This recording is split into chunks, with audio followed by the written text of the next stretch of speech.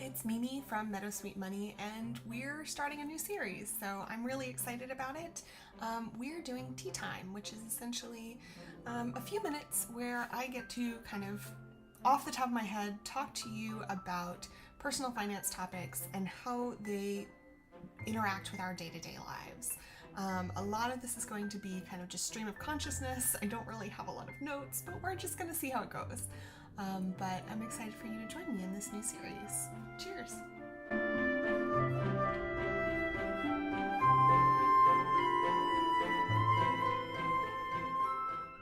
Alright, so for our very first topic, I thought there was nothing better than to discuss the stories that we tell ourselves about money and what that actually means, and also what we can do about it. So every single one of us has stories that we tell ourselves about money, what it's for, who has some, who doesn't, and why, the ways that we earn it, and what that says about who we are as a person. And the stories that we tell ourselves about money can be either really productive or really, really poisonous.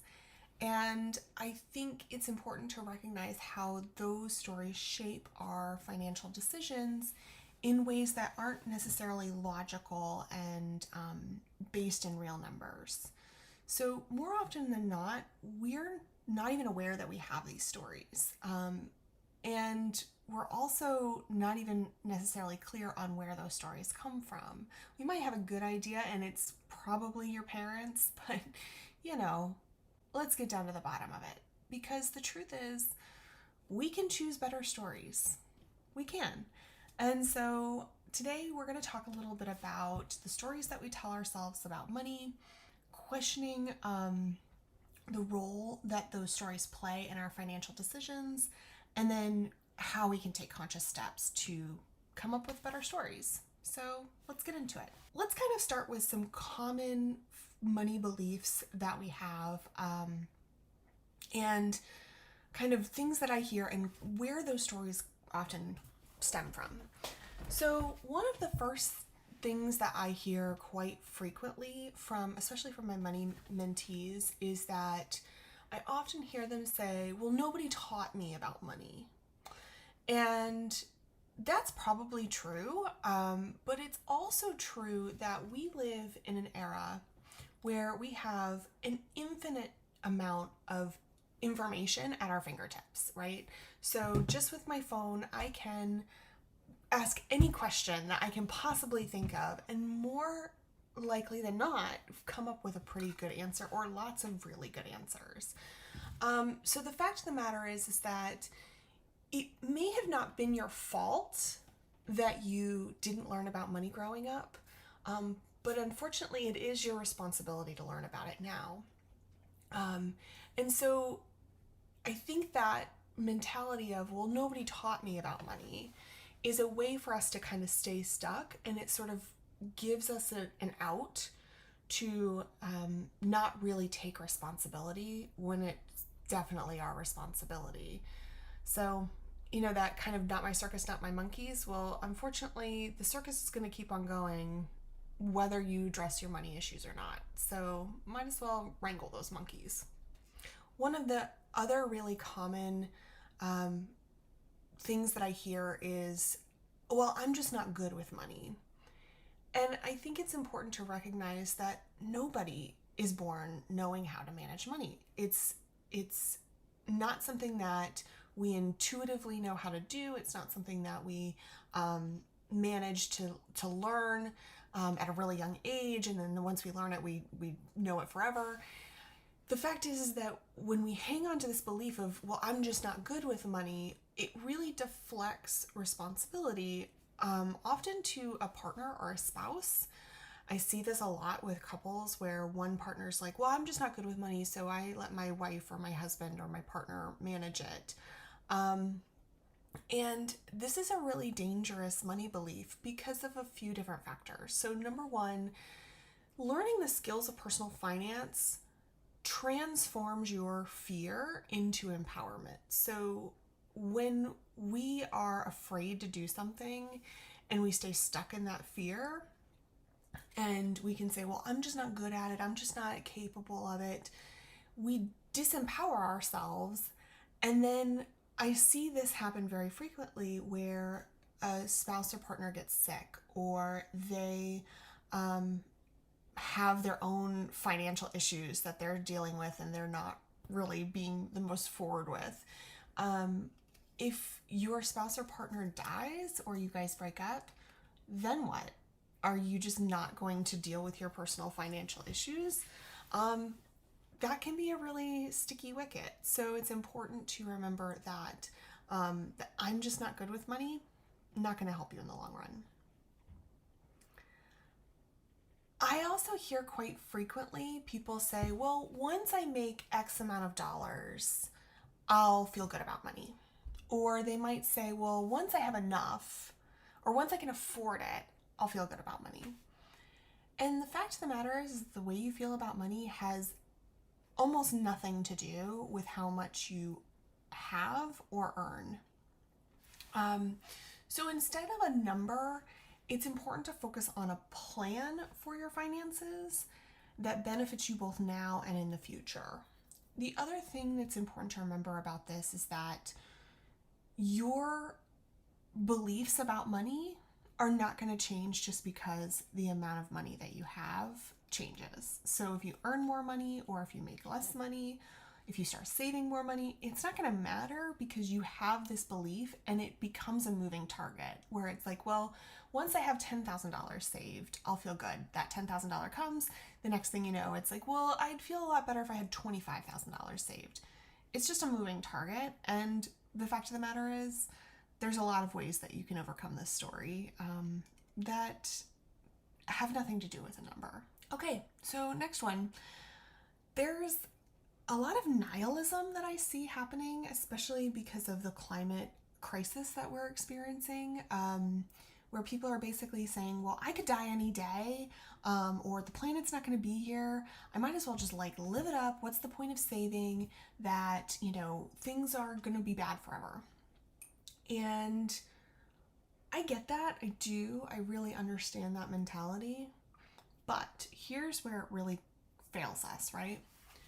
So, in talking about the climate crisis specifically, there's an idea that, well, I should just give up. It's kind of pointless to save. It's kind of pointless to worry about investing for retirement or whatever because I won't be able to retire and all that.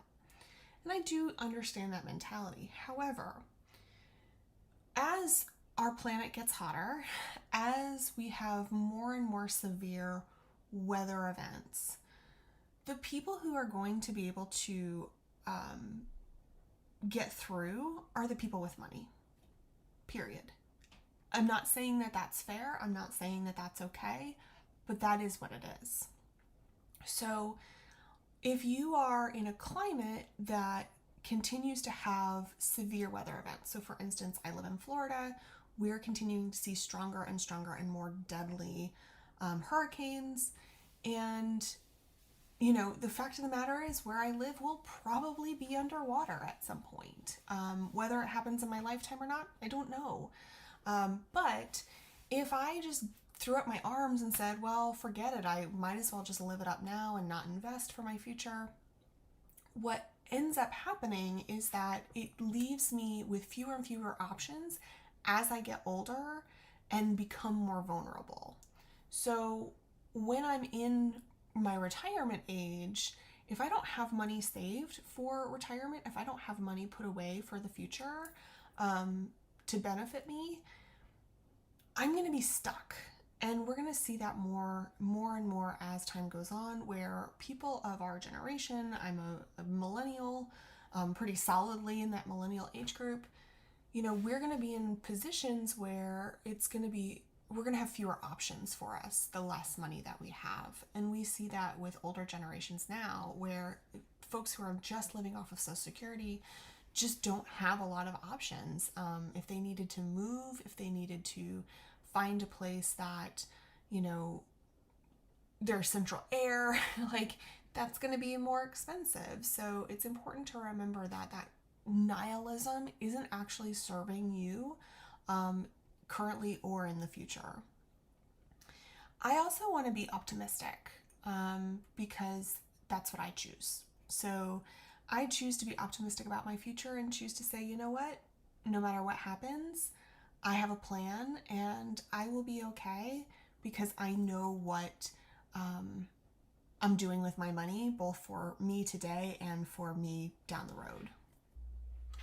Another really common mentality that I hear is the I don't make enough money to save.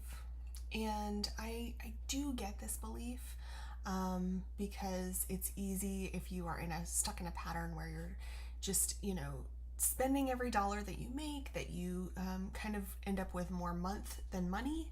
And I hear this a lot from people who really have never sat down with their numbers, who never really looked at what their income is, what their expenses are, and looked at where their money is flowing in and out of their lives. This belief is often rooted in feelings of unworthiness and scarcity. So it's kind of that, like, no matter what I do, I'll never be secure. So what's the point? Now, true economic oppression, systemic economic oppression does exist. So if you are a person who is genuinely spending every dollar that you make just to survive, I'm not talking to you. This is not about you. But I think it's really important to look at those of us who we are making enough money to cover our basic survival needs, safe place to sleep, enough food to just make sure we have something to eat at every meal, safety, all of that. I think it's really important to sit down and look at our true income versus expenses. What are you spending? Where is your money going and flowing? So, that money belief, I don't make enough money to save, probably could be fixed if you just sat down and looked at your real numbers. Okay, now this one is one that I heard growing up, and it's one that took me a little while to overcome myself. So I heard quite frequently growing up, well, investing is just gambling for rich people. And the majority of what people know about investing is actually shaped by the way that media portrays investing, right? This like high risk, short selling, craziness. There's like lots of activity going on. It's just a bunch of cishet white bros, trying to, make as much money as possible in the shortest amount of time, right? That's the way that media often portrays investing. But the fact of the matter is that if you have a 401k, a 403b, any kind of retirement account, you're an investor, period. The money that you're putting away for retirement is an investment account. Investments are not all bad, right? So the way that we invest is, something that we can actually make good, wise money decisions about. So most investing that happens is actually very low risk, long term, and in retirement accounts. More often than not, that's where investment happens. And I think it's important to also understand that you have the ability now, because we are growing as a society and becoming more conscious and aware, there are more options now to do what they call socially responsible investing.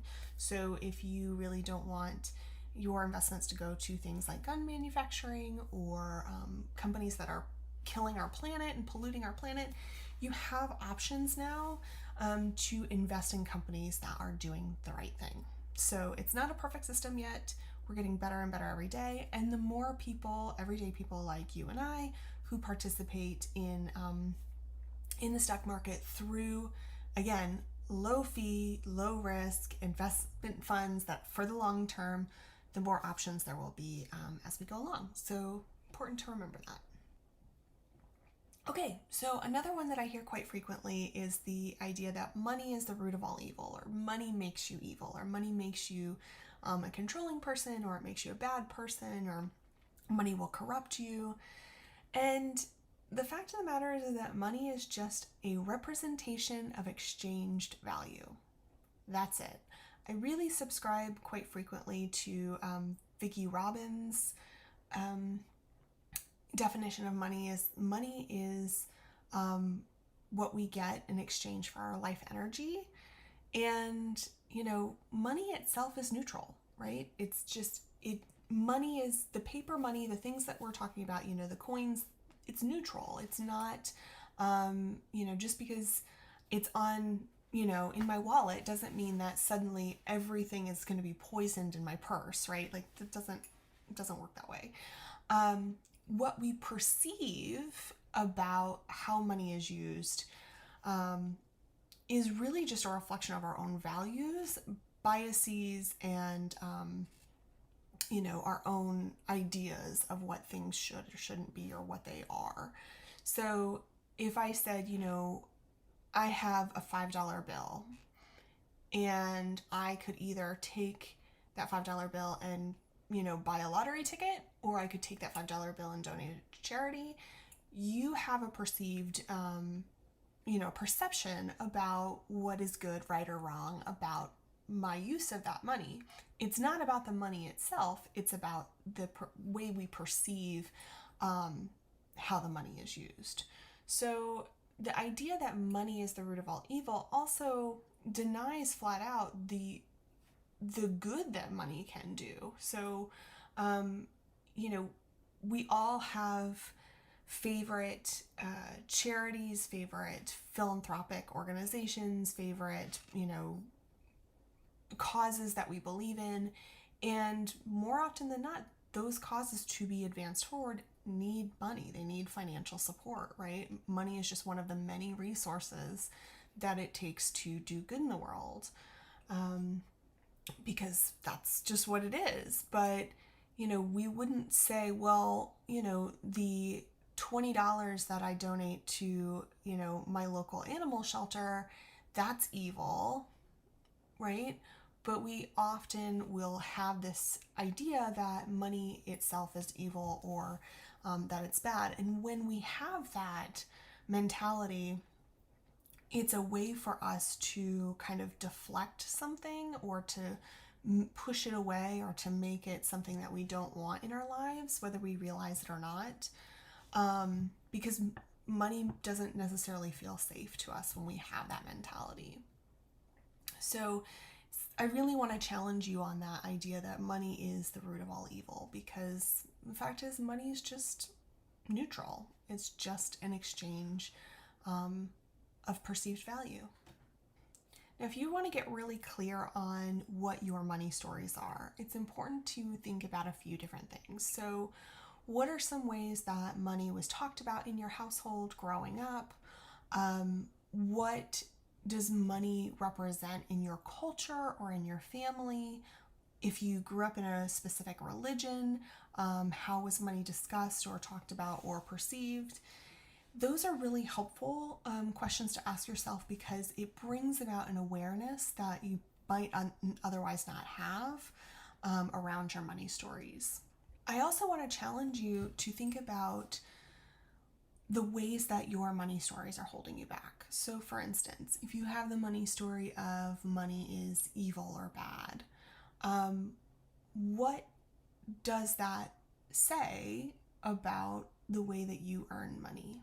What does that say about your behavior when a paycheck comes, right? And think about the ways that your money stories are hindering you, or just not helpful or productive, right? And then I want you to think a little bit about the stories that you can choose to tell yourself moving forward. This isn't to become, Pollyanna and everything's great and everything's fine, and we're not like doing that. But what we are doing is saying, how can I have stories about money that are based in fact, based in truth, and based in a growth mindset, right? The idea that I can do better over time and that the possibilities for me are endless, right? Now, if this video resonated with you, I would love to hear more. Please leave some comments, and don't forget to click the bell and the subscribe button so that you never miss another tea time with me. And for now, that's the last dregs, and I hope you have a good rest of your day.